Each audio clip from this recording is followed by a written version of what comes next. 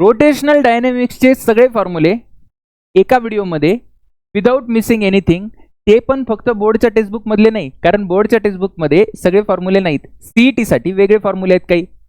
Not only that sir, त्याच्याबरोबर जर questions मिळाले तर, म्हणजे हा फॉर्म्युला, त्याचं एक्सप्लेनेशन आणि खाली क्वेश्चन्स प्रॅक्टिस करायला, हे तर खूप भारी होईल. आणि ते भारी करण्यासाठी आपण घेऊन आलो आहे, स्वयं फिजिक्स घेऊन आलो आहे end game series for MHT CET 2026 physics साठी. आणि त्याचा पहिला टॉपिक आहे रोटेशनल डायनॅमिक्स.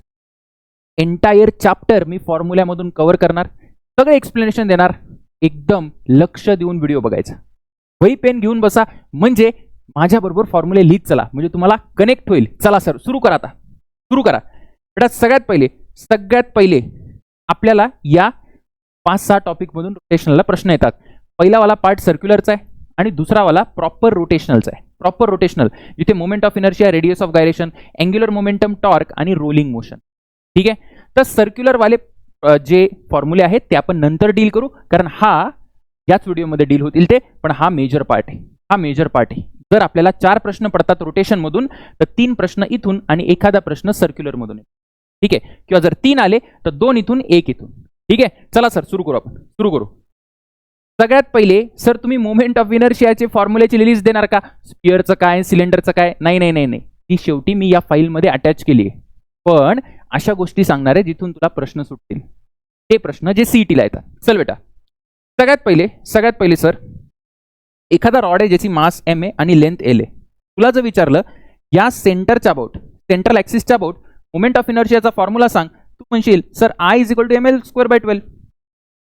काय नवीन आहे सर याच्यात? काहीच नाही. तुला जर मी म्हटलं की ही रिंग आहे, रिंगचा रेडियस r आहे आणि त्याच्या सेंटरच्या अबाउट फॉर्म्युला सांग, सेंट्रल ऍक्सिस जी प्लेनच्या परपेंडिक्युलर आहे, तू म्हणशील सर I = mr². हे काय लहान बाळासारखं करायला लागलो आपण? नाही. आता बघ, सीईटी काय करेल, सीईटी मासच्या टर्म मध्ये नाही देणार, सीईटी तुला लिनियर मास डेन्सिटी देईल आणि तिथून प्रश्न बनवेल. म्हणजे सर बेटा, आपण एक टर्म डिफाइन करू. काय टर्म आहे सर? Linear mass density. याचा अर्थ काय होतो? लिनियर मास डेन्सिटी म्हणजे मास पर युनिट लेंथ. त्याचं युनिट आहे kg/मीटर. आणि जिला डिनोट करतो आपण, कशाने डिनोट करतो सर? लॅम्डाने डिनोट करतो. kg/मीटर म्हणजे एका मीटरचं, वायरच्या एका तुकड्याचं, म्हणजे ज्याचा तुकड्याची लेंथ 1 मीटर आहे, त्याचं मास किती आहे? That is linear mass density. ठीक आहे, म्हणजे या रॉडची जी लेंथ जी काही असेल, मी 1 मीटर हिस्सा घेतला तर त्याची जी मास असेल ना, 1 मीटरचं जे मास आहे, that is linear mass density. ठीक आहे, म्हणजे आपल्याला आता लिनियर मास डेन्सिटी आलं, जे की लॅम्डा आहे. म्हणजे सर उद्या मला जर रॉडचं मास लिहायचं असेल तर मी कसं लिहू? रॉडचं मास इज इक्वल टू एका मीटरचं मास म्हणजे लॅम्डा इंटू रॉडची लेंथ. तसंच मला जर रिंगचं मास कोणी विचारलं, तर मी रिंगचं एका मीटरचं मास, एका मीटर वायरचं मास, रिंग बनली कशाने? वायरनी. एका मीटर वायरचं मास लॅम्डा इंटू रिंगची लेंथ किती बेटा? 2πr. आलं लक्षात? इतकंच नाही सर, अजून काय? अजून सांगतो बघ, लक्ष दे नीट. जर मला मोमेंट ऑफ इनर्शिया लिहायचा आहे रॉडचा, तर मी कसं लिहू शकतो? मासच्या टर्म मध्ये नाही, मला लॅम्डाच्या टर्म मध्ये लिहायचं आहे. तर मी लिहिल ml²/12. एमच्या जागी टाक लॅम्डा एल आणि l²/12. बरोबर, म्हणजे हा लॅम्डा l³/12 होईल. म्हणजे सर तुम्ही डायरेक्ट लिहू शकता, काय लिहू शकता? मी डायरेक्ट लिहू शकतो बेटा, लॅम्डा l³/12. ठीक आहे, म्हणजे सर आपण म्हणू शकतो की रॉडचा जो मोमेंट ऑफ इनर्शिया आहे, that is directly proportional to l³. जर प्रश्नामध्ये लिनियर मास डेन्सिटी दिली असेल तर. बरोबर, म्हणजे सीईटी म्हणू शकते, काय म्हणू शकते सीईटी, की जर रॉडची लेंथ L आहे आणि आता लेंथ 3 टाइम्स केली तर मोमेंट ऑफ इनर्शिया किती टाइम्स होईल? आपल्याला वाटेल सर l² वर डिपेंडेंट आहे. नाही, त्याचं मास पण बदलेल. 3L रॉडचं मास पण बदलेल. म्हणजे इथून प्रश्न सोडवताना जर रेशोचा प्रश्न आला, एक तर तुम्ही डायरेक्ट हा फॉर्म्युला बेस्ड प्रश्न येतो की रॉडचा moment of inertia in terms of linear mass density. जर रेशोचा प्रश्न आला तर मी लिहिल I2/I1 is equal to L2³ directly proportional to L³ आहे. बरोबर आहे सर? येस सर, बरोबर आहे. तसंच बेटा, त्याच पद्धतीने मला रिंगचा जो मोमेंट ऑफ इनर्शिया लिहायचा असेल, रिंगचा मोमेंट ऑफ इनर्शिया रिंगचा मोमेंट ऑफ इनर्शिया, कारण रिंग आणि रॉड दोघांचं मास लेंथमध्ये ठीक आहे. तर कसं लिहाल सर, तर बेटा mr square, so lambda lambda lambda 2 pi r square आणि आर मल्टिप्लाय होऊन जाईल आर क्यूब. म्हणजे सर हा एक फॉर्म्युला तर आम्हाला मिळाला. आणि जर बेटा परत तुला जर I2/I1 विचारलं, CT 2025 ला प्रश्न आलाय, काय प्रश्न आलाय की जर मी लेंथ 3 टाइम्स केली किंवा 4 टाइम्स केली तर मोमेंट ऑफ इनर्शिया किती टाइम्स होतो, n टाइम्स होतो, किती टाइम्स होतो. So I2/I1 is equal to किती येईल सर, R2³/R1³. आलं लक्षात सर. याच्यावर प्रश्न बनतात का, बनतात बेटा, येतात बघ. 2025, 20, 24 आणि हा पण 25चा आहे. मी जे फॉर्म्युले दिले ते फॉर्म्युले सबस्टिट्यूट करायचे, 100% आन्सर येईल म्हणजे येईल. ये प्रॅक्टिस करा घरी गेल्यावर. अजून एक केस बनते काय, पहिली केस आपण बघितली की लिनियर मास डेन्सिटीच्या टर्म मध्ये आपण मोमेंट ऑफ इनर्शिया कसा लिहितो, ठीक आहे ना, कसा लिहितो. ओके, आता एक अजून प्रश्न बनतो याच्यात की एखादा रॉड आहे आणि रॉड पासून आपण काय तयार केले सर, रॉड पासून तुम्ही रिंगला तयार केले आणि प्रश्नामध्ये तुम्हाला रिंगची रेडियस देत नाही, फक्त रॉडची लेंथ देतात. रॉडची लेंथ देतील आणि रॉडचं मास देतील. सपोज या रॉडचं मास m आहे, ठीक आहे. तर सगळ्यात पहिले लक्षात ठेवायचं, जेव्हा रॉड पासून रिंग बनते तेव्हा दोघांचं मास काय राहतं, मास सेम राहतं बेटा. मास काय राहतं सर, मास सेम राहतं. कारण ही गोष्ट जी आहे ही याच्यापासून बनली आहे, म्हणजे ही गोष्ट याच्यापासून बनली, बरोबर. म्हणजे याचं मास m दिलं होतं प्रश्नामध्ये, तर तुम्हाला याचं पण मास m मिळेल लॉजिकली. आता ते विचारतील रिंगचा मोमेंट ऑफ इनर्शिया किती आहे, मोमेंट ऑफ इनर्शिया, पण तुम्हाला रेडियस तर नाही दिली. मग रेडियस कशी काढायची इन टर्म्स ऑफ लेंथ. तर मी म्हणतो रॉडची जी लेंथ आहे that is equal to 2πr. रॉडची लेंथ आणि या रिंगची लेंथ टोटल वायर किती आहे, सेम आहे बेटा, सेम आहे. म्हणजे इथून येईल मला r is equal to L/2π. मग जर तुम्हाला कोणी मोमेंट ऑफ इनर्शिया विचारला कोणाचा रिंगचा, तर रिंगचा मोमेंट ऑफ इनर्शिया येईल mass of ring into radius म्हणजे L/2π चा स्क्वेअर. संपलं कळालं. सो ही सेकंड केस होती. त्याच्यानंतर important case is thick disc. हे समजून घेणं महत्वाचं आहे. थिक डिस्क म्हणजे काय, एखादी जी डिस्क आहे, एखादी नॉर्मल डिस्क आहे, त्याला स्वतःचा एक थिकनेस आहे, म्हणजे ते सिलेंडर सारखं काम करेल. कोणासारखं सर, सिलेंडर सारखं काम करेल बेटा. दिस इज नथिंग बट व्हॉट, हे सिलेंडर सारखं आहे, ठीक आहे. Okay sir, okay. जर आपल्याला याचा मोमेंट ऑफ इनर्शिया विचारला तर मोमेंट ऑफ इनर्शिया किती देतात, moment of inertia about this axis सिलेंडरचा तुम्हाला माहिती आहे किती असतो सर, mr²/2. पण आता सीईटी तसं करणार नाही. सीईटी काय देईल तुम्हाला, या डिस्कची डेन्सिटी तर तिकडे तुम्ही वापरले लिनियर मास डेन्सिटी, पण इथे काय वापरू आपण, इथे वापरू बेटा आपण व्हॉल्यूम मास डेन्सिटी. का बरं, कारण ही जे सिलेंडर आहे त्याचं मास कुठे, व्हॉल्यूम मध्ये. म्हणजे मला मास लिहायचं असेल, मास ऑफ सिलेंडर लिहायचं असेल तर मास येईल 1 मीटर क्यूब व्हॉल्यूमचं जे मास आहे ती आहे याची व्हॉल्यूम मास डेन्सिटी इंटू याचा व्हॉल्यूम दॅट इज πr²h. हे फॉर्म्युला झाला मासचा. कसला फॉर्म्युला झाला सर, मासचा, ठीक आहे ना, πr²h बरोबर, याचा व्हॉल्यूम आहे. त्याच्यानंतर मला मोमेंट ऑफ इनर्शिया विचारला तर moment of inertia in terms of density, तर मी काय लिहिल इथे ρπr²t, ρπr²t/2 आणि इथे r ची पॉवर 4 आहे ना. हे तर मास झालं आणि हे r² झाला. म्हणजे मी असं लिहू शकतो, काय लिहू शकता सर तुम्ही, आपण डायरेक्ट लिहू शकतो बेटा ρπr⁴ इंटू t/2. आता नीट लक्ष द्या. सीईटी तुम्हाला म्हणेल दोन डिस्क आहेत त्यांची डेन्सिटी सेम आहे, ठीक आहे, पण एकाची रेडियस ट्वाइस आहे, आणि थिकनेस हाफ आहे. म्हणजे काय चेंज करता येते, रेडियस आणि थिकनेस. तर सर तुम्ही आम्हाला एंड गेम सांगा. याचा एंड गेम कसा आहे, तर I2/I1 इज इक्वल टू ρπ तर कॅन्सल होऊन जाईल. जर रो सेम दिला असेल तर ρπ कॅन्सल होऊन जाईल, बरोबर ना. पण जर सेम नसेल दिला तर मी डायरेक्ट म्हणतो बेटा ρ1 r⁴ t1 अपॉन, जिथे I2/I1 लिहितोय आपण, तर इथे कसं येईल, तर इथे येईल ρ2 r⁴ t2 upon ρ1 r⁴ t1. ठीक आहे. जर दोन्ही डेन्सिटी इक्वल दिले तर डेन्सिटी कॅन्सल होऊन जाईल, जर थिकनेस इक्वल दिली तर थिकनेस कॅन्सल होऊन जाईल. आलं लक्षात? आलं लक्षात? Yes sir. तो बेटा तुला फक्त एकच फॉर्म्युला लक्षात ठेवायचा आहे, तो म्हणजे मासचा. कारण ज्याला मास माहिती असेल त्याला मोमेंट ऑफ इनर्शिया काढता येईल r²/2 नी मल्टिप्लाय करून. एकदा मोमेंट ऑफ इनर्शिया काढला तर तू याला इथपर्यंत पोहोचू शकतो प्रोपोर्शनॅलिटीने. बरोबर? Yes sir. आता याची एक इंटरेस्टिंग केस येते. काय? If m1 is equal to m2. Very very important. जर दोन डिस्कचे मास सेम दिले असतील, दोन डिस्कचे मास सेम दिले असतील, याचा अर्थ मी म्हणतो दोन डिस्कचे मास सेम आहे, म्हणजे असं मला म्हणता येईल, जर तुम्ही इक्वेट केलं तर तुम्हाला काय येईल, ρ1 पाय तर कॅन्सल होऊन जाईल दोन्ही साईडनी. ρ1 नीट लक्ष द्या, याची कंडिशन काय सर, ρ1 मास इक्वल आहे म्हणजे ρ1 r1 चा square into t1 is equal to ρ2 r2 चा स्क्वेअर इंटू t2. बरोबर आहे? बरोबर आहे. मासची कंडिशन आहे. इथे पाय होता, पाय कॅन्सल झाला. आता पुढे हे तर तुम्हाला मास इक्वलची कंडिशन आली. याच्यानंतर दोन कंडिशन्स बनतात. नंबर एक सीईटी म्हणेल तुम्हाला की डेन्सिटी इक्वल आहे. काय इक्वल आहे सर? डेन्सिटी इक्वल आहे. मास इक्वल तर आहेच आहे, पण सोबत डेन्सिटी इक्वल आहे. तर जेव्हा डेन्सिटी इक्वल आहे तर मला असं लिहिता येईल r1² t1 is equal to r2² t2. कारण डेन्सिटी तर कॅन्सल होऊन जाईल, म्हणजे मला इथून आलं बेटा t1/t2 is equal to r2 चा स्क्वेअर अपॉन r1 चा स्क्वेअर.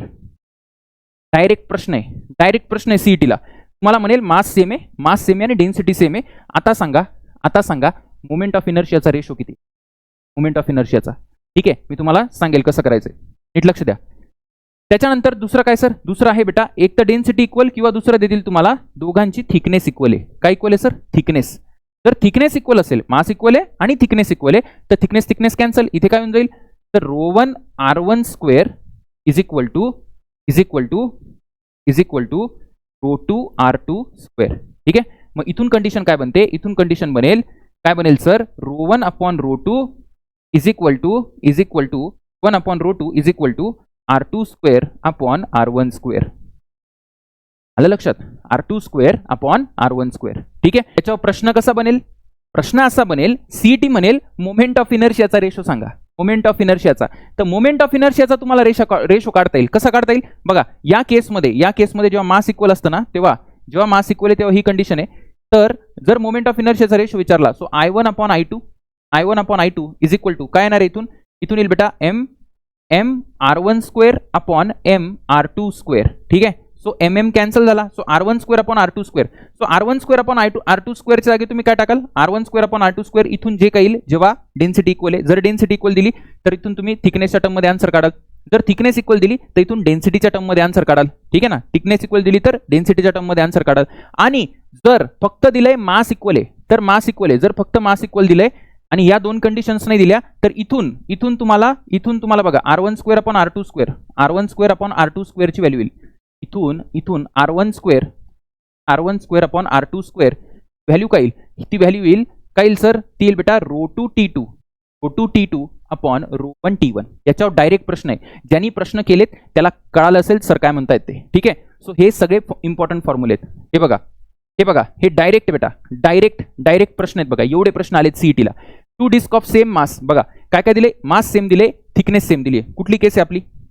मास सेम आणि थिकनेस सेम. बरोबर आहे? मास सेम आणि थिकनेस सेम. पुढे काय दिले? The ratio of moment of inertia I1/I2. काय विचारले त्यांनी? I1/I2 काय होतं? I1/I2 मास सेम असताना r1² अपॉन r2². नाव r1² काय? बघा r2² अपॉन r1² ρ1 अपॉन ρ2 आहे. r1² अपॉन r2² काय राहील? ρ2 अपॉन ρ1. अरे इनवर्स आहे ना, ρ2 अपॉन ρ1. सो डायरेक्ट आन्सर येऊन जाईल बेटा. काय आन्सर येऊन जाईल? बी आन्सर येऊन जाईल. बी आन्सर येऊन जाईल. हे सगळे क्वेश्चन सॉल्व्ह करून बघ, 100% होतील तुझे, है ना? 100% सॉल्व्ह होतील. याला सॉल्व्ह करून बघा. आता रोलिंग मोशन. रोलिंग मध्ये काय? रोलिंगचा अर्थ कळतो का तुला? सर रोलिंग म्हणजे एखादी बॉडी जेव्हा फिरते आणि चालते एकाच वेळेस. एकदम बरोबर. म्हणजे एखादी बॉडी ओमेगानी फिरेल आणि ती व्हीनी चालेल बेटा. व्हीनी चालेल. बरोबर आहे? जर रोलिंग कंडिशन आहे, रोलिंगची काय कंडिशन आहे? रोलिंगची कंडिशन ही असते की ऍक्च्युअलमध्ये काय असतं? ऍक्च्युअलमध्ये थोडंसं डिटेल सांगतो. इकडची वेलॉसिटी, या पॉईंटची वेलॉसिटी जी आहे ना, या पॉईंटची वेलॉसिटी बघायला गेला तर r ओमेगा असते. सर्क्युलर मोशनमुळे आर ओमेगा असते. आणि या पॉईंटची ही जी ट्रान्सलेशन वाली वेलॉसिटी आहे ती सगळीकडेच आहे, सगळीकडेच आहे, हो ना. म्हणजे ती काय असते सर, व्ही असते. मग स्लिपिंग नसेल व्हायची, प्युअर रोलिंगसाठी कंडिशन आहे, काय कंडिशन आहे sir, v is equal to r omega. काय कंडिशन आहे sir, v is equal to r omega. ठीक आहे, हे याच्यासाठी कारण हा जो पॉईंट आहे जो ग्राउंडच्या कॉन्टॅक्टमध्ये असतो ना तो रेस्टला असतो. पण आता महत्त्वाच्या गोष्टी अजून सांग, भरपूर सारे फॉर्म्युले आहेत, त्याला नीट तुम्ही समजून घ्या मी काय म्हणायचा प्रयत्न करतोय, नंतर रिवाइज करा, कळेल तुम्हाला. सगळ्यात पहिले कायनेटिक एनर्जी विचारतात. कायनेटिक एनर्जी, याची कायनेटिक एनर्जी काय, ही बॉडी चालते पण आहे आणि फिरते पण आहे. तर मी दोन पार्ट लिहितो. एक असते हाफ एम व्ही स्क्वेअर. ही कुठली एनर्जी सर, ही बेटा आहे ट्रान्सलेशनल. कुठली एनर्जी आहे सर, ट्रान्सलेशनल. आणि एक असते रोटेशनल काय असते सर, ती असते हाफ एम व्ही स्क्वेअर आणि ब्रॅकेटमध्ये येतं इथे K square upon R square. Sir K काय, K is radius of gyration. म्हणजे माझ्याकडे कायनेटिक एनर्जीचा फॉर्म्युला आलाय. कायनेटिक एनर्जीचा काय फॉर्म्युला आलाय sir, half M V square 1 plus K square by R square. हा फॉर्म्युला तुम्ही लक्षात ठेवा कायनेटिक एनर्जीचा.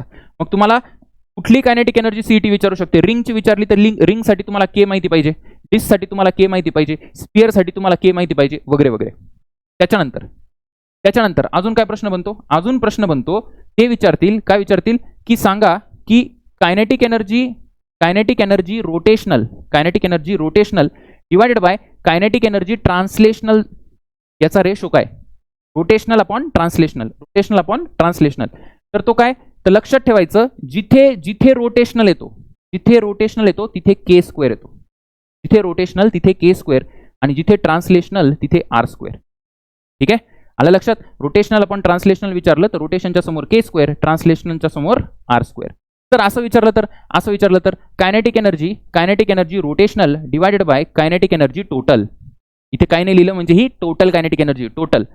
तर बेटा रोटेशनलच्या समोर के वापरायचा, के स्क्वेअर, आणि डिवाइडेड बाय कारण टोटल आहे म्हणजे आर स्क्वेअर प्लस के स्क्वेअर आहे.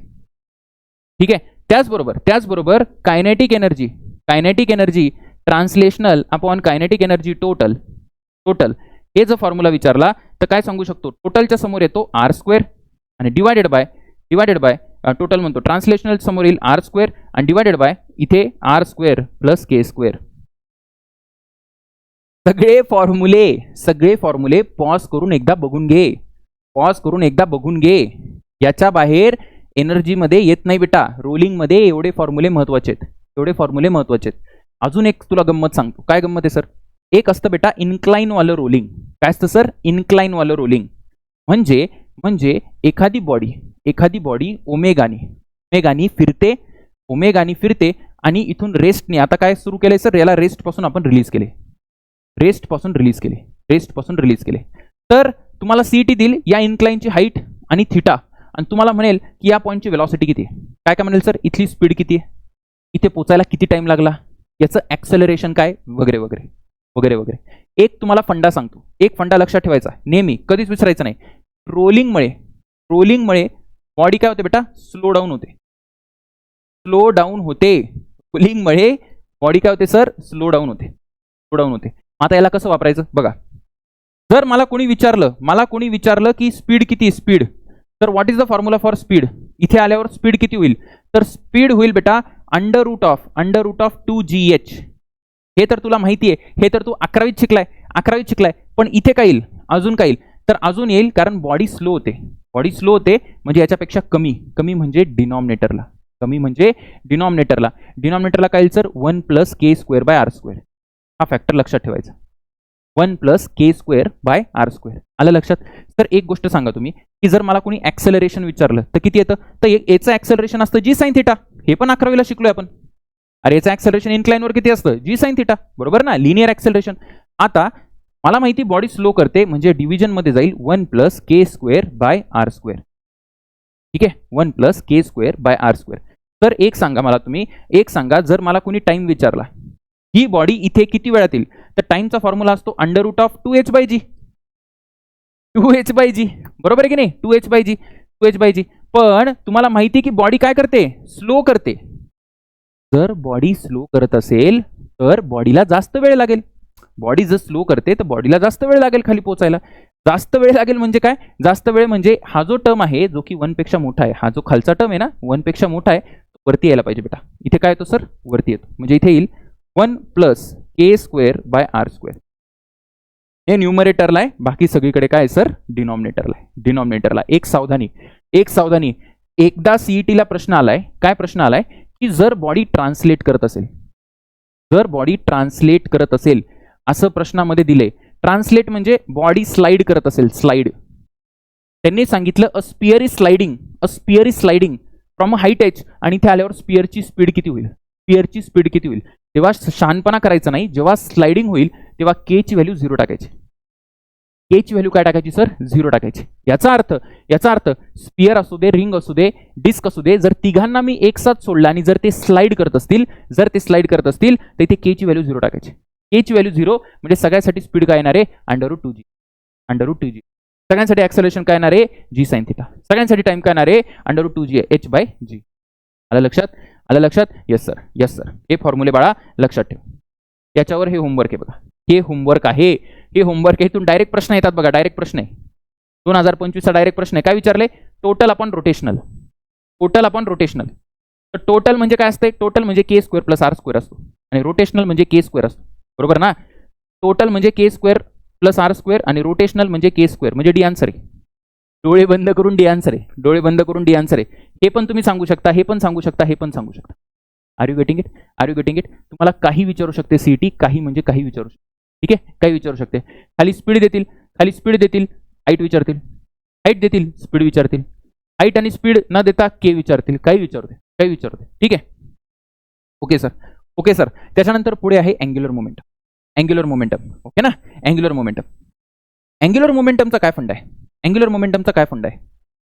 तर ज्याला ज्याला ज्याला बेटा ज्याला ट्रान्सलेशन कळतं त्याला रोटेशन कळतं, ज्याला चालणं कळतं त्याला फिरणं कळतं. Okay sir, okay. याचा अर्थ नीट लक्ष द्या. ट्रान्सलेशन मध्ये सर लिनियर मोमेंटमला काय लिहू शकतो? Mass into velocity, mv, p = mv. तर रोटेशनल मध्ये लिनियर मोमेंटम नाही काय ते सर अँग्युलर मोमेंटम येतं. मासच्या आगी काय येतं सर? मासच्या आगी येतं बेटा मोमेंट ऑफ इनर्शिया. सर स्पीडच्या आगी काय येतं? स्पीडच्या आगी येतं अँग्युलर वेलॉसिटी. अँग्युलर वेलॉसिटी का सर? कारण इथे चालतोय, इथे फिरतोय. क्लिअर आहे? क्लिअर आहे? येस सर, क्लिअर आहे बेटा. आता अजून एक सांग, कायनेटिक एनर्जीचा फॉर्म्युला काय? सर कायनेटिक एनर्जी चालण्याची जी असते दॅट इज ½ mv². ½ mv². ठीक आहे. मग रोटेशनल कायनेटिक एनर्जी काय येईल? रोटेशनल कायनेटिक एनर्जी काय येईल? सर ती येईल हाफ मासच्या जागी टाकायचा I आणि ω², v च्या जागी ω². सर मजा नाही आली सर, सर मजा नाही आली सर. अजून काहीतरी वेगळं सांगा, अजून काहीतरी वेगळं सांगा. नीट लक्ष दे आता, नीट लक्ष दे. तुला जर म्हटलं मला रिलेशन सांग, कसलं रिलेशन पाहिजे सर? P आणि K चं. P आणि K चं म्हणजे कायनेटिक एनर्जीला जर लिनियर मोमेंटमच्या टर्म मध्ये लिहायचं असेल तर आपण काय लिहितो? 11वीत शिकलो आपण. K = असतो बेटा p²/2m. काय असतो सर? K = p²/2m. त्याच पद्धतीने जर मला मोमेंटमला लिहायचंय in terms of kinetic energy, in terms of kinetic energy, तर इथे 2mk जाऊन रूट होईल म्हणजे हे असतं. हे 11वीला शिकलोय आपण, 11वीला शिकलोय है ना. आता हेच फॉर्म्युले इथे लागतात, हेच फॉर्म्युले इथे लागतात. सर कसे लागतात? लावून दाखवा. तर बघा K = काय? K = p. p च्या जागी काय येणार आहे सर? लिनियर मोमेंटच्या ऐवजी angular moment divided by mass च्या जागी काय येईल? मास च्या जागी moment of inertia. Very important formula, very important formula. एवढंच नाही, जर मला कोणी विचारलं की अँग्युलर मोमेंटमला in terms of kinetic energy आणि मोमेंट कसं लिहितात, तर मी लिहिल L = √2 IK. मास जागी I, K च्या जागी K. ठीक आहे, ठीक आहे, ओके सर. सर प्रश्न कसे बनतात? बेटा प्रश्न असे बनतात की तुम्हाला सीईटी काय करेल? तुम्हाला म्हणेल एखाद्या बॉडीचं अँग्युलर मोमेंटम डबल केलं आणि मोमेंट ऑफ इनर्शिया अर्धा केला. अँग्युलर मोमेंटम डबल आणि मोमेंट ऑफ इनर्शिया अर्धा. तर सांगा what is Naveen kinetic energy? Naveen kinetic energy काय? तर अशा वेळेस डायरेक्ट इथून फॉर्म्युला लिहायचा की K2/K1. K2/K1 प्रोपोर्शनॅलिटी आहे म्हणजे इथे काय येईल? डायरेक्टली प्रोपोर्शनल टू L² म्हणजे L2² L1² inversely proportional to moment of inertia म्हणजे K2 च्या समोरील I1 आणि K1 च्या समोरील बेटा I2. ठीक आहे, आर यू गेटिंग इट? जर जर सीईटीने तुम्हाला अँग्युलर मोमेंटमचा रेशो विचारला, अँग्युलर मोमेंटमचा रेशो म्हणजे कायनेटिक एनर्जी डबल केली, मोमेंट ऑफ इनर्शिया हाफ केला, तर सांगा अँग्युलर मोमेंटमचा रेशो काय? तर तुम्ही डायरेक्ट लिहू शकता L2/L1 इथून is equal to under root of 2 cancel होऊन जाईल, I2K2 अपॉन I1K1. क्लिअर आहे का? तर एवढे फॉर्म्युले माहितीच नव्हते आम्हाला. मग शिकायचे ना बेटा, शिकायचे ना. तुला सीओपीला जायचंय ना, सीओपीला जायचं का मजा करायची तुला? नाही सर, सीओपीला जायचंय. इथपर्यंत बरोबर. सीओपीचं नाव काढलं ना तुम्ही, बस विषय संपला. आता ऐक तुला kinetic energy, linear momentum, kinetic energy, angular momentum आणि मोमेंट ऑफ इनर्शियाचा रिलेशन कळाला. अजून एक रिलेशन पाहिजे तुला, अजून एक रिलेशन. त्याच्यावर प्रश्न विचारते काय? तो एक रिलेशन आहे, तो अत्यंत महत्वाचा आहे. मी इथे लिहितो बघा की कायनेटिक एनर्जी आणि अँग्युलर मोमेंटमचा रेशो काय? कायनेटिक एनर्जी आणि अँग्युलर मोमेंटमचा रेशो काय? तर जर तुम्ही याला डिवाइड केलं, kinetic energy divided by angular momentum, जर तुम्ही याला डिवाइड केलं बेटा, तर तुम्हाला काय येईल सर? हे येईल ω/2. काय येईल सर? ω/2. हे पण तुम्ही लक्षात ठेवा, हे पण लक्षात ठेवा. Very very important. ठीक आहे ना? म्हणजे कायनेटिक एनर्जीला जर अँग्युलर मोमेंटमने डिवाइड केलं तर इथे काय येतं सर? इथे येतं बेटा ω/2. ठीक आहे? तर एवढे फॉर्म्युले तुम्हाला माहिती पाहिजे, तर तुम्हाला अँग्युलर मोमेंटमचे प्रश्न सुटतील. Are you getting it? Yes sir. बघा हे प्रश्न आहेत बेटा, हे डायरेक्ट प्रश्न आहेत, वेगवेगळ्या वर्षी आलेले. Rotating body has angular momentum L if the frequency of rotation is half and rotational kinetic energy is doubled. म्हणजे कशाबद्दल बोलतायत ते? ओमेगावर आणि कायनेटिक एनर्जीवर बोलतायत. ओमेगा कायनेटिक एनर्जी आणि इथे अँग्युलर मोमेंटम वर बोलतायत है ना? इथे अँग्युलर मोमेंटम, ओमेगा आणि के, 3 गोष्टी दिल्या आहेत. तर कुठला फॉर्म्युला रिलेट करणारा? हा फॉर्म्युला आहे बघा, हा फॉर्म्युला आहे. ठीक आहे ना? हा फॉर्म्युला आहे. तर हा फॉर्म्युला वापरा, तुमचा आन्सर येऊन जाईल. आणि हे सगळं होमवर्कला करत बसा. हे याच्या बाहेर येत नाही. त्याच्यानंतर येतो sir conservation of angular momentum. Conservation of angular momentum कधी असतं? लिनियर मोमेंटम कधी कंझर्व असतं? जेव्हा फोर्स 0 असतो. लिनियर मोमेंटम तेव्हा कंझर्व असतं जेव्हा फोर्स 0 असतो. अँग्युलर मोमेंटम तेव्हा कंझर्व असतं बेटा जेव्हा टॉर्क 0 असतो, जेव्हा एक्सटर्नल टॉर्क 0 आहे. एक्सटर्नल टॉर्क काय सर? 0 आहे. ठीक आहे ना? एक्सटर्नल टॉर्क 0 आहे. आता तुम्हाला या सगळ्या केसेस माहिती पाहिजे. काय केसेस आहेत? तर आपल्याकडे एक विद्यार्थी आहे. ठीक आहे? त्यांनी बोर्डच्या आधी काय बघितला? 1 शॉट बघितला बेटा. बोर्डच्या आधी, फिजिक्सच्या परीक्षेच्या आधी 1 शॉट बघितला आणि तो असा फिरायला लागला. परीक्षेच्या आधी फिरायला लागला की या काय अभ्यास झाला. आणि काय झालं? जेव्हा बोर्डाचा पेपर देऊन आला ना तो, तेव्हा तो असा झाला. त्याचे हात दूर होते तेव्हा, आधी तर फिरत होता, आणि जेव्हा बोर्डाचा पेपर बघितला ना तेव्हा त्याचे हात असे झाले. ठीक आहे ना? तर हे बॅलेट डान्सरची केस आहे. बॅलेट डान्सरची आधी याचा मोमेंट ऑफ इनर्शिया होता I1. ठीक आहे? I1 आणि यांनी हात काय केले? दूर केलेले आहेत. आणि नंतर मोमेंट ऑफ इनर्शिया आहे I2 जेव्हा हात जवळ केलेले आहे. तर तुम्हाला CT काय विचारेल? नवीन अँग्युलर वेलॉसिटी. तर डायरेक्ट इथून आपलं रिलेशन येतं बेटा. काय रिलेशन येतं सर? रिलेशन असं आहे की I1 ω1 is equal to I2 ω2. ठीक आहे? इथून तुम्ही काय करू शकता? इथून तुम्ही I2 अपॉन I1 करू शकता. बघा I2 अपॉन I1 केलं तर काय येईल सर? ω1 अपॉन ω2. म्हणजे काय की moment of inertia is inversely proportional to angular velocity. याचा अर्थ असा आहे की जर मोमेंट ऑफ इनर्शिया कमी झाला तर अँग्युलर वेलॉसिटी वाढेल. बरोबर आहे ना? मोमेंट ऑफ इनर्शिया कमी झाला तर अँग्युलर वेलॉसिटी वाढेल. मोमेंट ऑफ इनर्शिया वाढला तर अँग्युलर वेलॉसिटी कमी होईल. ठीक आहे?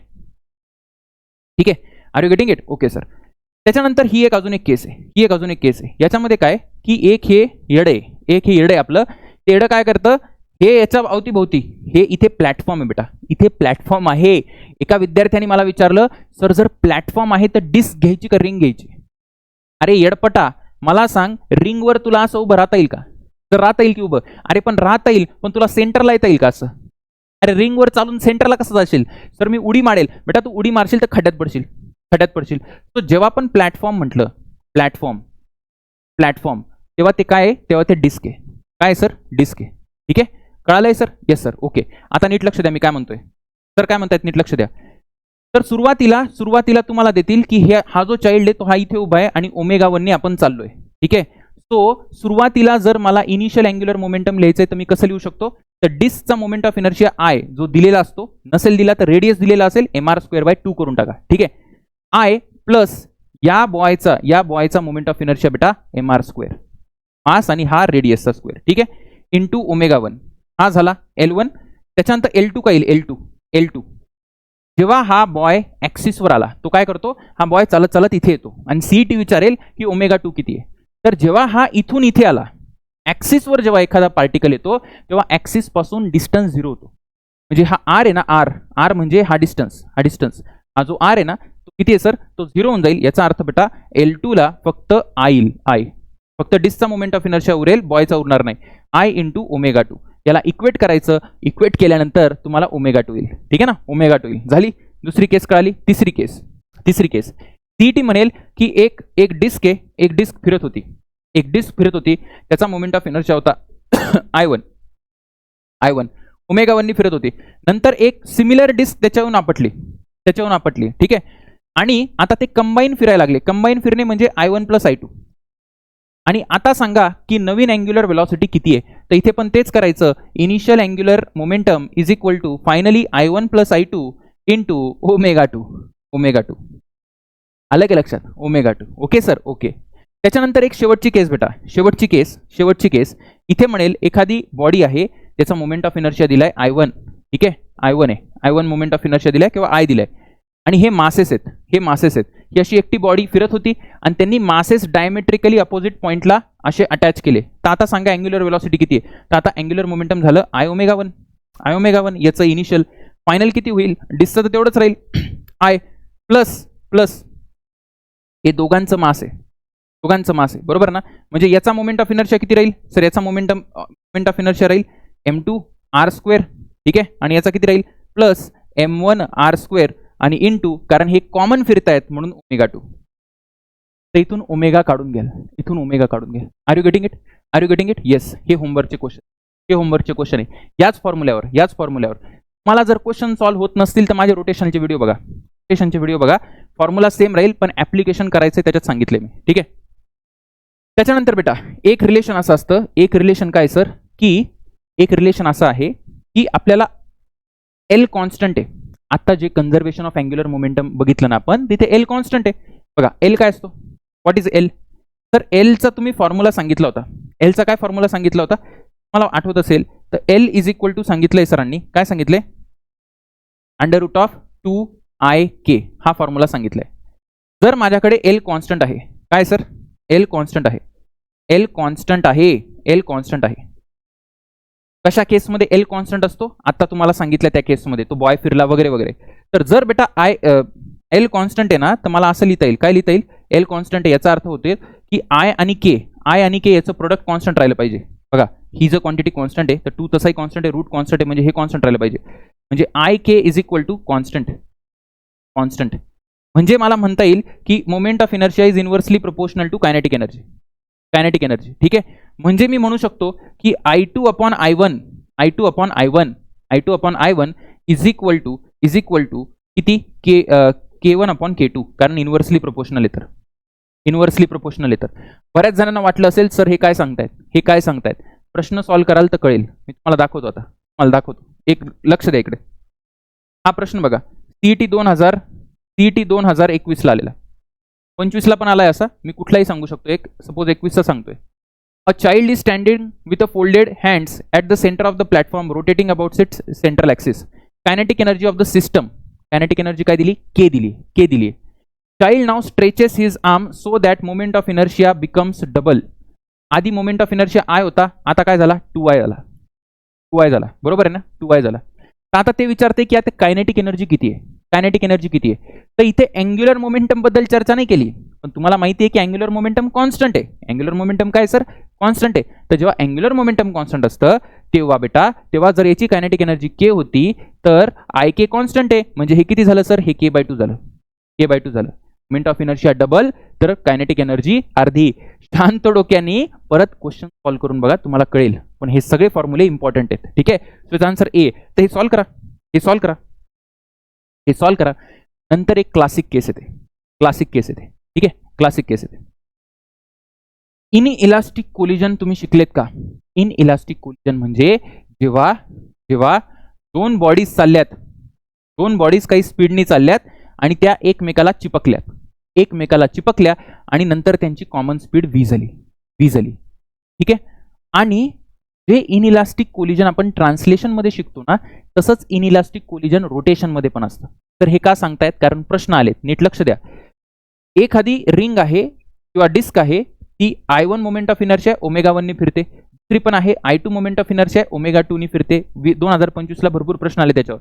तर जेव्हा जेव्हा दोन्ही डिस्क एकत्र फिरायला लागतील, म्हणजे एक डिस्क जेव्हा दुसऱ्यावर येऊन आदळेल आणि कंबाईन रित्या फिरायला लागतील, म्हणजे I1 plus I2 moment of inertia होईल, तर यांचं इनइलास्टिक कोलिजन मानतो आपण.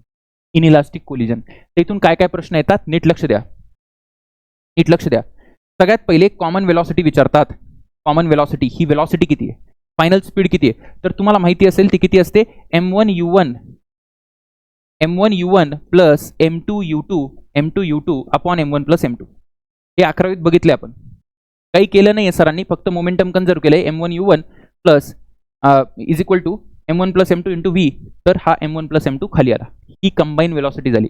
इथे बेटा, इथे साईनचं लक्ष द्यायचं, साईनचं है ना, साईन मी इथं लिहितो है ना, साईनचं लक्ष द्यायचं, साईनचं लक्ष द्यायचं आहे, कारण इथे चूक करतो आपण. म्हणजे काय की जर हे अपोजिट जात असतील तर इथे फक्त मायनस येऊन जाईल, मायनस येऊन जाईल. ठीक आहे. त्याच्यानंतर एक आहे कायनेटिक एनर्जी किती होते, कायनेटिक एनर्जी, की या सिस्टमची कायनेटिक एनर्जी किती आहे हे विचारतात. तर याची फायनल कायनेटिक एनर्जी किती आहे, हाफ इंटू येतं बेटा काय तर सर m1u1 प्लस m2, ठीक आहे, याचा square divided by m1 plus m2. हे स्क्वेअर मध्ये नाही, हे खाली आहे. ही कायनेटिक एनर्जी आहे या सिस्टमची. नंतर विचारतात कायनेटिक एनर्जी लॉस्ट, कारण की इनइलास्टिक कोलिजन मध्ये कायनेटिक एनर्जी लॉस होते, बरोबर आहे ना, लॉस होते, साऊंड मध्ये वगैरे जाते. तर कायनेटिक एनर्जी लॉस्ट किती sir, half m1 m2 upon m1 plus m2 bracket मध्ये u1 मायनस u2 चा स्क्वेअर. तर एवढे फॉर्म्युले महत्वाचे आहे बाळा, महत्वाचं आहे. ठीक आहे ना. म्हणून सीईटी ला फॉर्म्युले माहिती पाहिजे, इन अँड आउट. हे ट्रान्सलेशनचे आहेत, हे आता रोटेशनचे कळून जातील, आणि मी तुला डायरेक्ट प्रश्न सोडून दाखवेल इथून. ठीक आहे. तो हे कळालं, येस सर. इथे एक गोष्ट लक्षात ठेवायची की जर u2 अपोजिट आहे, विरुद्ध दिशेने आहे, तर u2च्या ऐवजी मायनस u2 म्हणजे इथे प्लस येते. ठीक आहे. Okay sir. आता काही नाही इथे फायनल. आता इथे काय विचारतील, अँग्युलर वेलॉसिटी विचारतील. आता येते की सर आम्हाला अँग्युलर वेलॉसिटी काय येईल बेटा, m1 च्या जागी टाक I1 u1 च्या जागी ω1, so I1 ω1 plus I2 ω2 upon मध्ये काय येईल सर, I1 प्लस I2. खतम. सर कोणी विचारलं की फायनल कायनेटिक एनर्जी किती आहे, फायनल कायनेटिक एनर्जी, तर मी म्हणतो हाफ आणि इथे काय सर m1 च्या जागी काय येईल I1 नंतर ω1 u1 च्या जागी प्लस I2 ω2. ठीक आहे. याचा square divided by m1 plus m2 न करता I1 प्लस I2. ठीक. त्याच पद्धतीने लॉस इन कायनेटिक एनर्जी विचारली तर लॉस इन कायनेटिक एनर्जी हे काय बेटा, लॉस डेल्टा के म्हणजे चेंज म्हणजे लॉस. तो हाफ I1 I2. ठीक आहे. मासच्या जागी I1 प्लस I2 आणि इथे येणार आहे काय येणार आहे सर, ω1 मायनस ω2 चा स्क्वेअर. कळालं. Okay sir. पॉज कर रे बाबा, पॉज कर. 1.52 वर बघशील तर वेडा होशील. ठीक आहे ना, वेडा होशील. हे बघा हे प्रश्न बघा सर. 2025 चा प्रश्न आहे सर, 2025 चा प्रश्न आहे. Rotational kinetic energy of the system, सरांनी लिहून दिली बघा, इथे लिहून दिले. याचा आन्सर काय यायला पाहिजे, sir I1 ω1 plus I2 ω2 upon. खतम बेटा, संपलं, डायरेक्ट संपलं. जर लिहिलं असतं की एक डिस्क दुसऱ्याच्या अपोजिट फिरते तर आन्सर कुठलं आलं असतं, हे आलं असतं. आलं का लक्षात. ω2 च्या ऐवजी मायनस ω2 टाकावं लागलं असतं. ठीक आहे. हे होमवर्कला करून घ्या. सर मी वेडा झालो इथपर्यंत बघून. हा बेटा तू वेडाच आहे ना. लक्ष दे इकडे.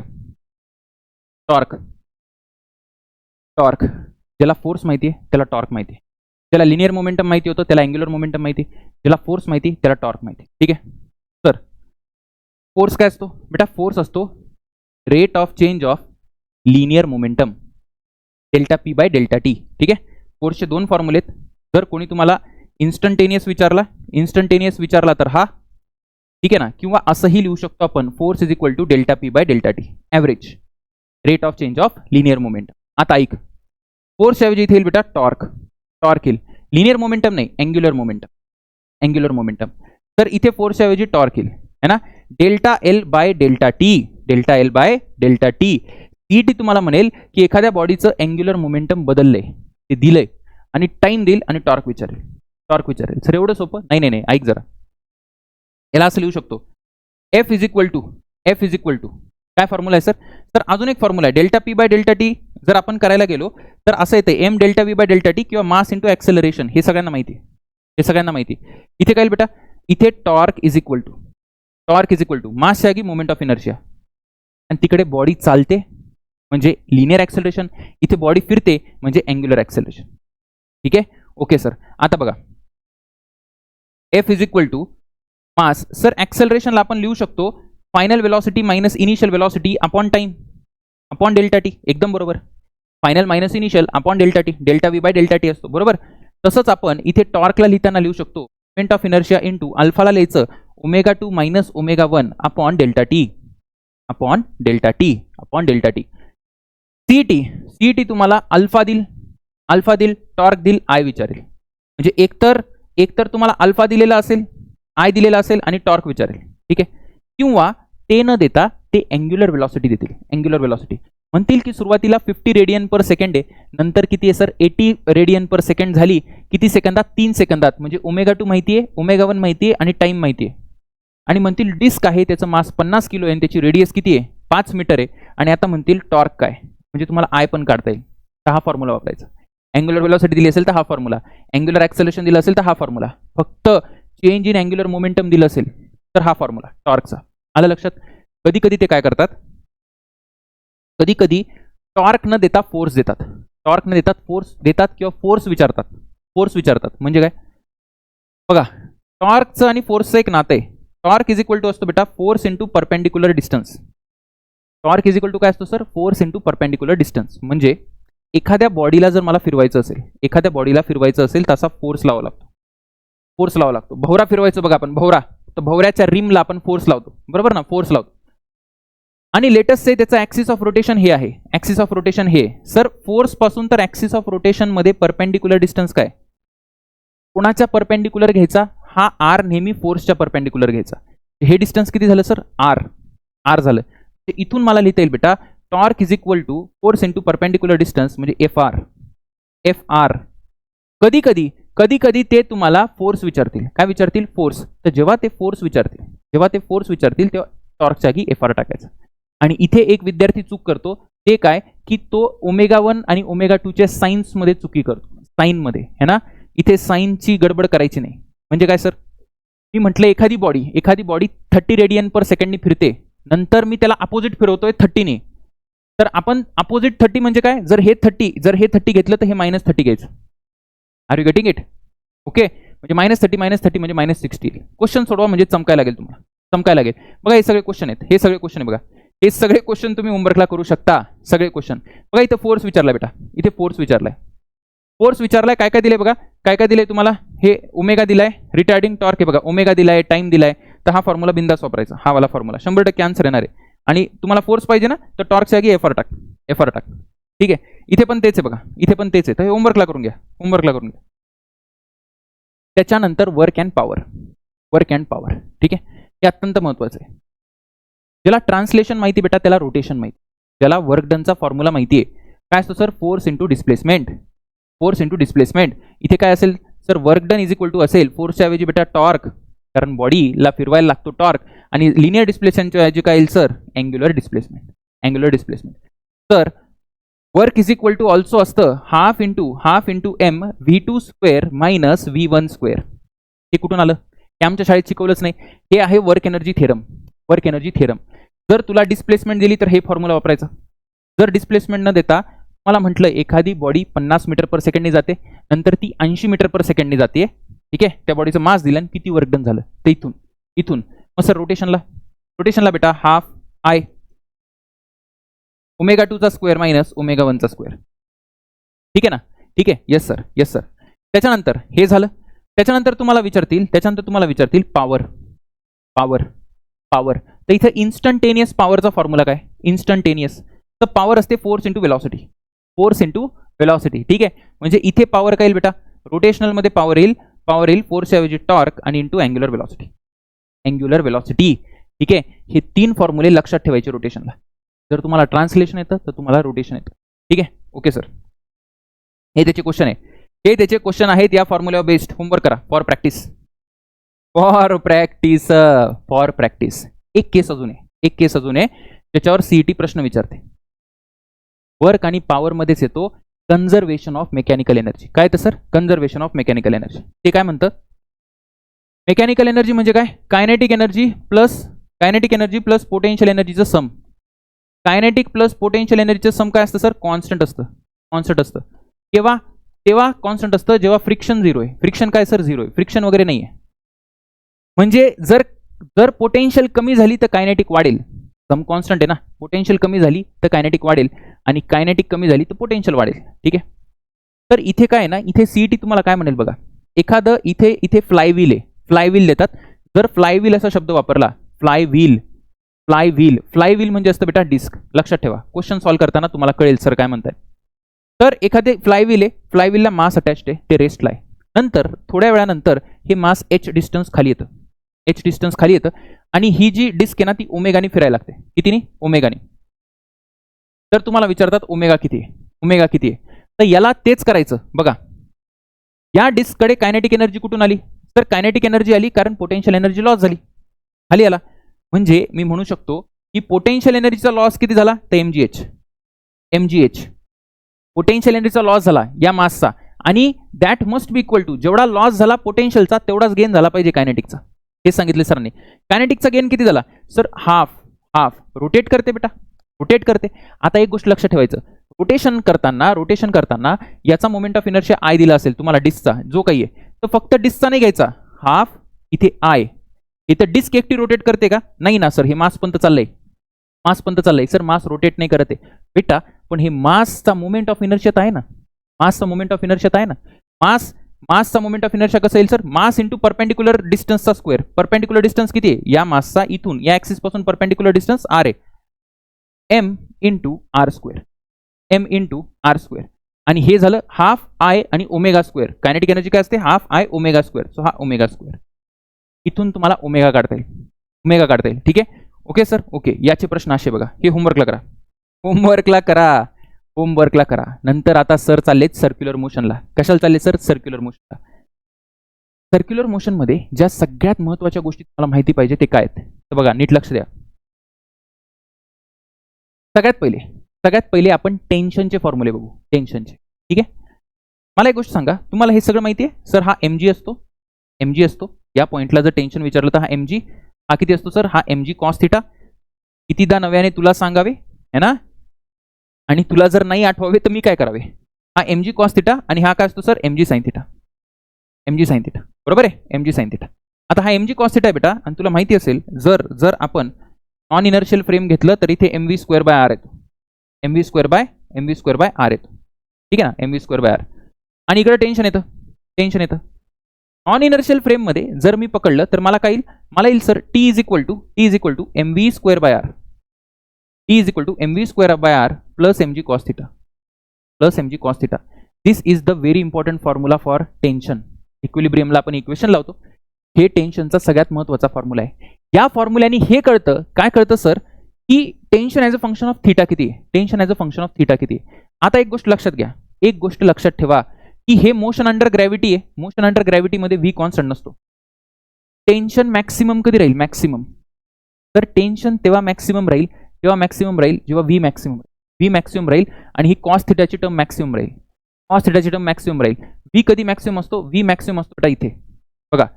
या पॉइंटला एक गोष्ट लक्षात ठेवा, या पॉइंटला आहे ना, हा जो पॉइंट आहे ए, तर ए पॉइंटला काय असतं ना, वेलॉसिटी मॅक्सिमम असते. हे माहिती पाहिजे, बरोबर आहे. मग इथे जर वेलॉसिटी मॅक्सिमम आहे तर इथे टेन्शन पण मॅक्सिमम आहे. आणि सर ते किती येतं? ए पॉइंटला थिटा किती बेटा? 0. थिटा वर्टिकल बरोबर आहे. म्हणजे मी लिहू शकतो की t max is equal to, याच्यावर डायरेक्ट सीईटी प्रश्न विचारेल, mv square by R plus mg. तर हा व्ही कुठला घ्यायचा? व्ही त्या पॉइंटचा घ्यायचा. बघा, व्ही ॲट दॅट पॉइंट. ठीक आहे ना. आता हे युनिफॉर्म सर्क्युलर मोशन जर असेल तर व्ही कॉन्स्टंट असेल, पण हे मोशन अंडर ग्रॅव्हिटीसाठी लिहितोय मी. मोशन अंडर ग्रॅव्हिटी असेल तर व्ही वेगवेगळ्या पॉइंटचा वेगवेगळा असेल की नाही? Yes sir, okay. तर मिनिमम टेन्शन कधी असतं? मिनिमम टेन्शन कधी असतं? मिनिमम टेन्शन कुठे असेल? मिनिमम टेन्शन जेव्हा असेल जेव्हा व्ही सगळ्यात कमी असेल. व्ही सगळ्यात कमी आहे. व्ही सगळ्यात कमी कुठे असतो? वरती असतो, बरोबर. म्हणजे हे किती येईल? mv स्क्वेअर बाय आर है ना, mv स्क्वेअर बाय आर आणि ते कॉस थिटाला काय येईल? 180 डिग्री, कारण तो वरती 180 minus mg. Are you getting it? हे डायरेक्ट फॉर्म्युला लक्षात ठेवा. मॅक्सिमम टेन्शनचा हा फॉर्म्युला आहे, मिनिमम टेन्शनचा हा फॉर्म्युला आहे. Are you getting it? याच्यावर डायरेक्ट प्रश्न येते सीईटीचे. तर मॅक्सिमम टेन्शन कुठे बेटा? मॅक्सिमम टेन्शन ए पॉइंटला आहे, बॉटमला. सीईटी विचारेल कुठे स्ट्रिंग तुटते, तर बॉटमला तुटते, ठीक आहे ना. तर हा ए पॉइंट आहे, लेट अस से हा बी पॉइंट आहे आणि हा सी पॉइंट आहे. तर मिनिमम टेन्शन कुठे? तर सी पॉइंटला. ओके. आता ऐका, एक असतात क्रिटिकल कंडिशन्स म्हणजे काय? क्रिटिकल कंडिशन्स म्हणजे किती वेळ लागेल या, म्हणजे किती वेळ लागेल म्हणण्यापेक्षा मिनिमम किती स्पीड पाहिजे वेगवेगळ्या पॉइंटला, सो दॅट हे सर्कल कंप्लीट करू शकेल. तर हे मास. तर लक्षात ठेवा, मिनिमम स्पीड जी ए ला असते ती असते √5gr. ठीक आहे.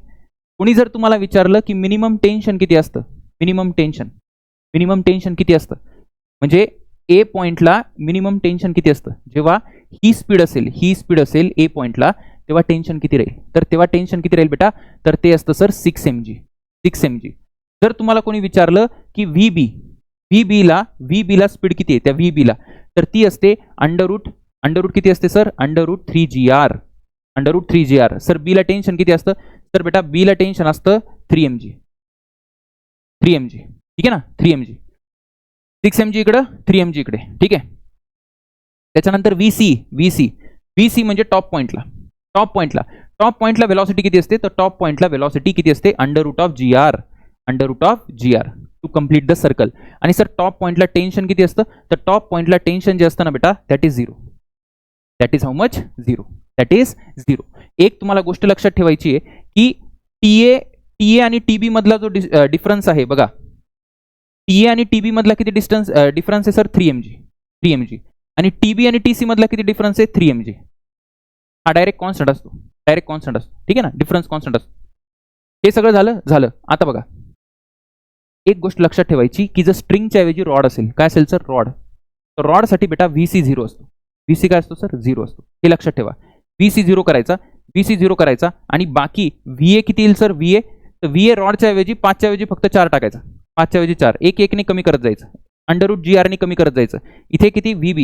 VB किती येईल सर? तर VB येईल बेटा, VB किती येईल? √2gr. ठीक आहे ना, √2gr.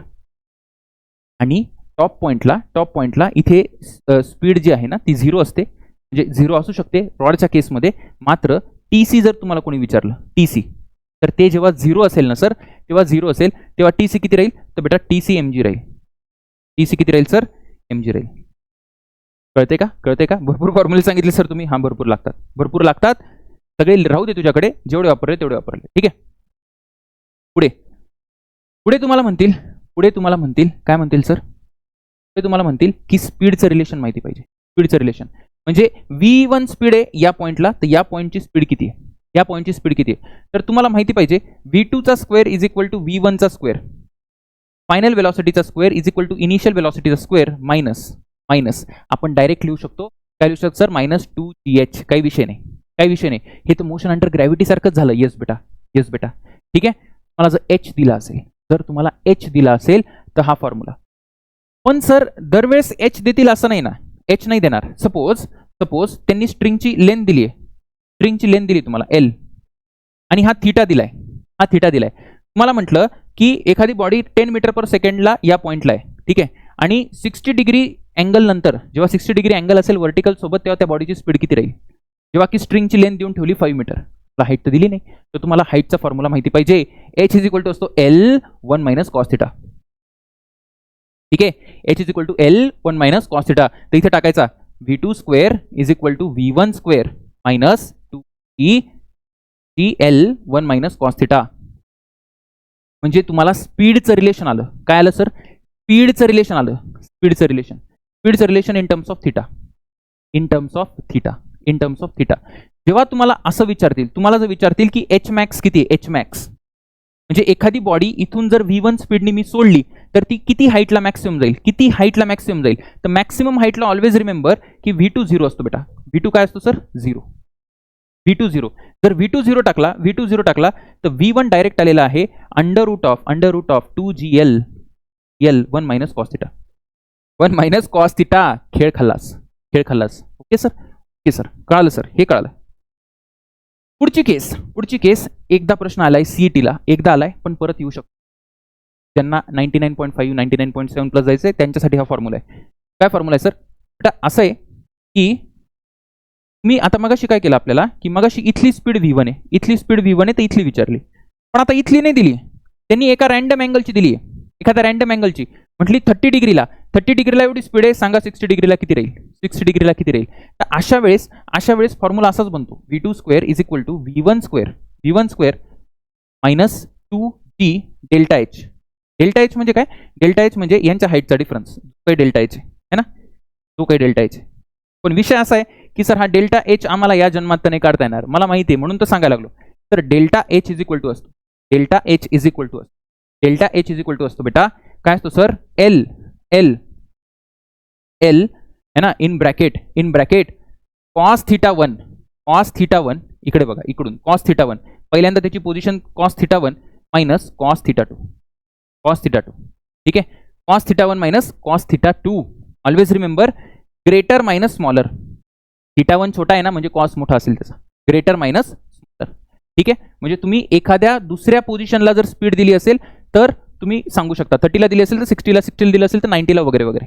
अजून एक शेवटचा, तुम्हाला टेन्शनचं relation as a function of theta माहिती आहे, टेन्शनचं relation as a function of theta आणि स्पीड माहिती आहे, पण do you know what is the relation of tension as a function of theta only. म्हणजे जर तुम्हाला विचारलं एखाद्या बॉडीची स्पीड दिली, तुम्हाला बॉडीची स्पीड दिली 5 मीटर पर सेकंड या पॉइंटला, आणि जर तुम्हाला विचारलं की सांगा की 60 डिग्रीला टेन्शन किती असेल, 60ला टेन्शन किती असेल, तर आधी तुम्हाला 60ला स्पीड काढावं लागेल, 60ला स्पीड काढावं लागेल. स्पीड कुठून काढणार, या फॉर्म्युल्याने स्पीड काढणार है ना, या फॉर्म्युल्याने स्पीड काढणार. स्पीड काढल्यानंतर ती स्पीड इथे सबस्टिट्यूट करणार आणि मग थिटा टाकून टेन्शन काढणार.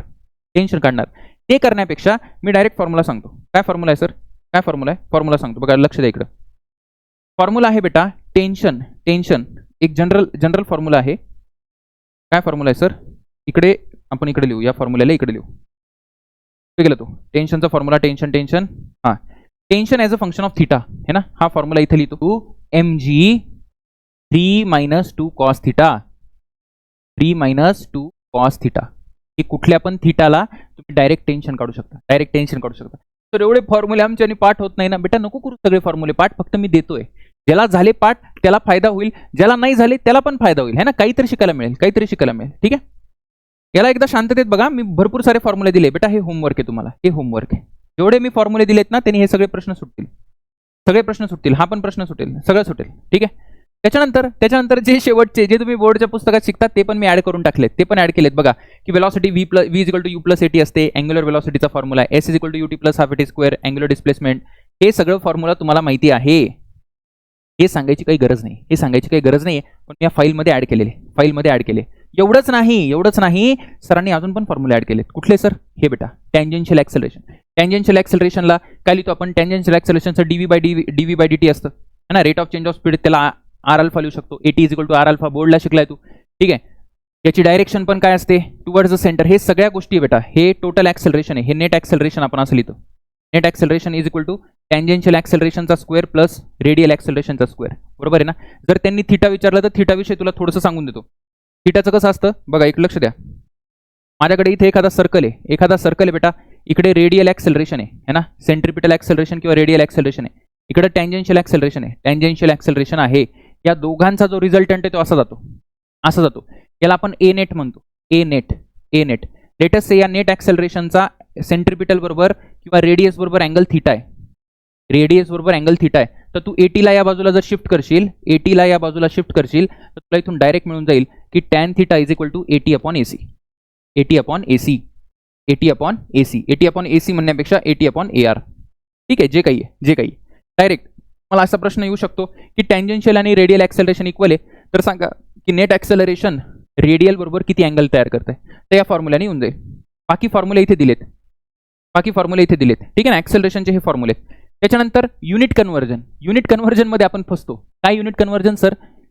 की रिव्हॉल्युशन पर सेकंड दिलं असेल तर रेडियन पर सेकंडमध्ये कसं करायचं, तर इथे लिहिलंय बघा 2π ने मल्टिप्लाय करून. रेडियन पर सेकंड पासून तर रिव्हॉल्युशन पर सेकंडला कसं जायचं, तर 1/2π ने मल्टिप्लाय करून. ठीक आहे. तसं रिव्हॉल्युशन पर मिनिट पासून तर रेडियन पर सेकंडला कसं जायचं, तर 2π/60 ने मल्टिप्लाय करून.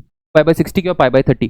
आणि हे पण तुम्हाला ऍड करून दिलेले आहेत. हे वाचा बेटा. आणि हे सगळं तुम्हाला माहिती आहे, प्रॉपर टेबल फॉर्ममध्ये दिले. ठीक आहे ना.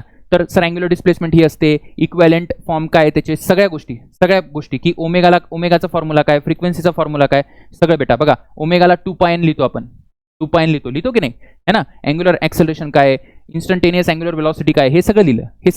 ठीक आहे ना. हे तुम्ही वाचू शकता. हे बोर्डसाठी करतात.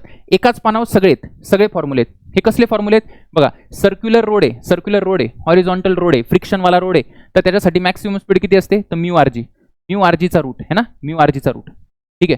त्याच्यानंतर minimum speed well of death साठी किती असते, तर ही जी काही स्पीड असते ते आरजी अपॉन म्यू असते. तर या सगळ्या स्पीड दिल्या आहे. की बँक रोड असेल तर काय, की बँक रोड बँकिंग अँगल वाला पण अँगल ऑफ बँकिंग काय आहे, त्याच्यानंतर हे पण तुम्हाला माहिती पाहिजे.